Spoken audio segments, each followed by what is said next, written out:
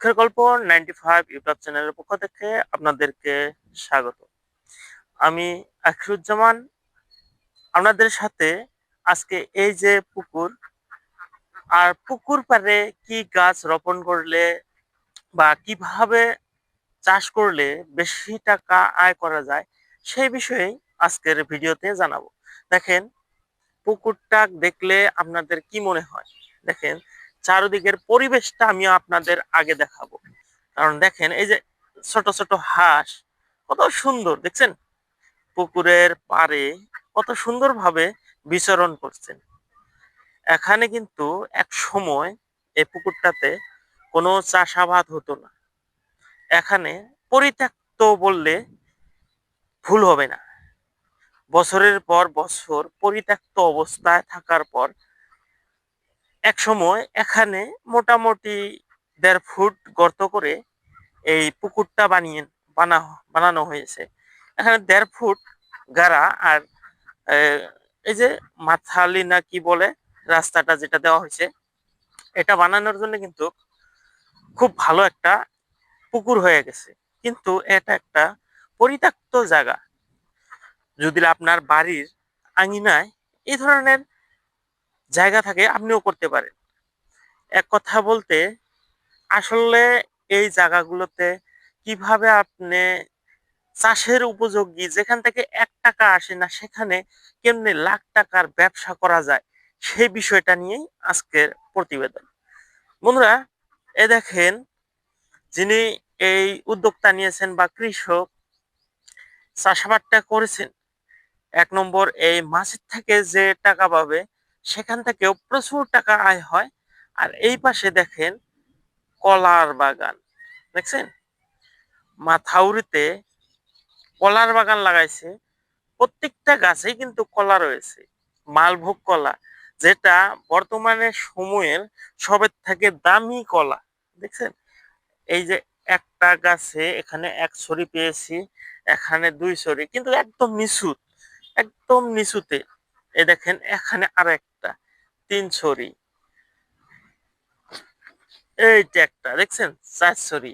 তে বোঝেন এইটুক জমিতে, এইটুক জায়গাতে কতটুক গাছে, এই যে একটা দেখেন, পাঁচটা গাছে, এইটুক জায়গাতে 5টা গাছে ফল আসছে।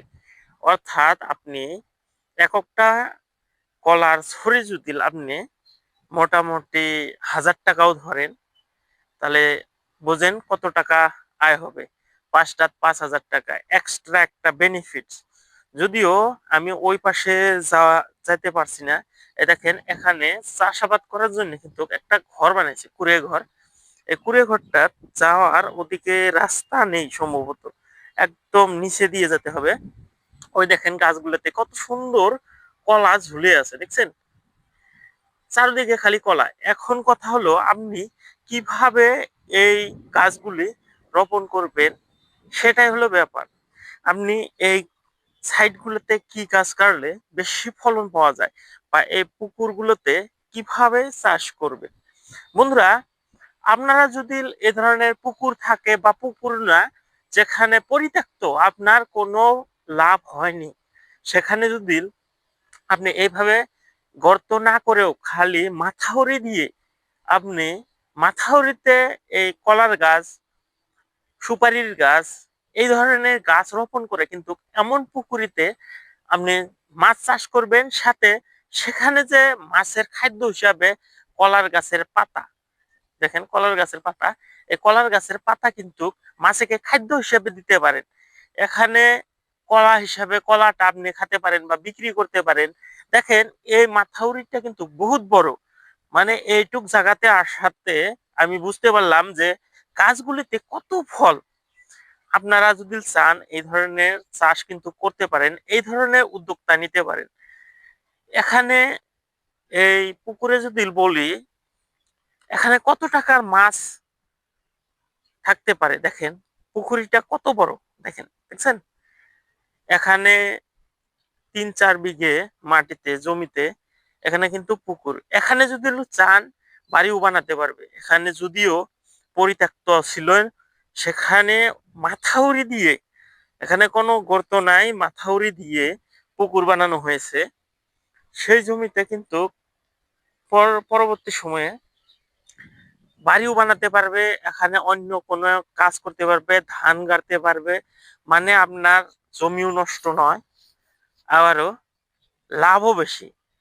এক সময় এই জায়গাটাতে কোনো ধরনের চাষাবাদ হতো না, আর এখন এখান থেকে বছরই 2 থেকে 4 লাখ টাকা আয় করে।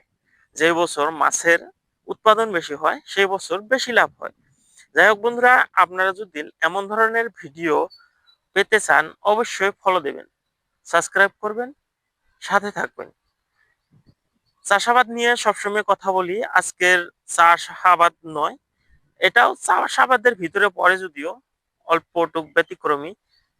যাই হোক বন্ধুরা, আজকের জন্য এখান থেকেই বিদায় টানছি।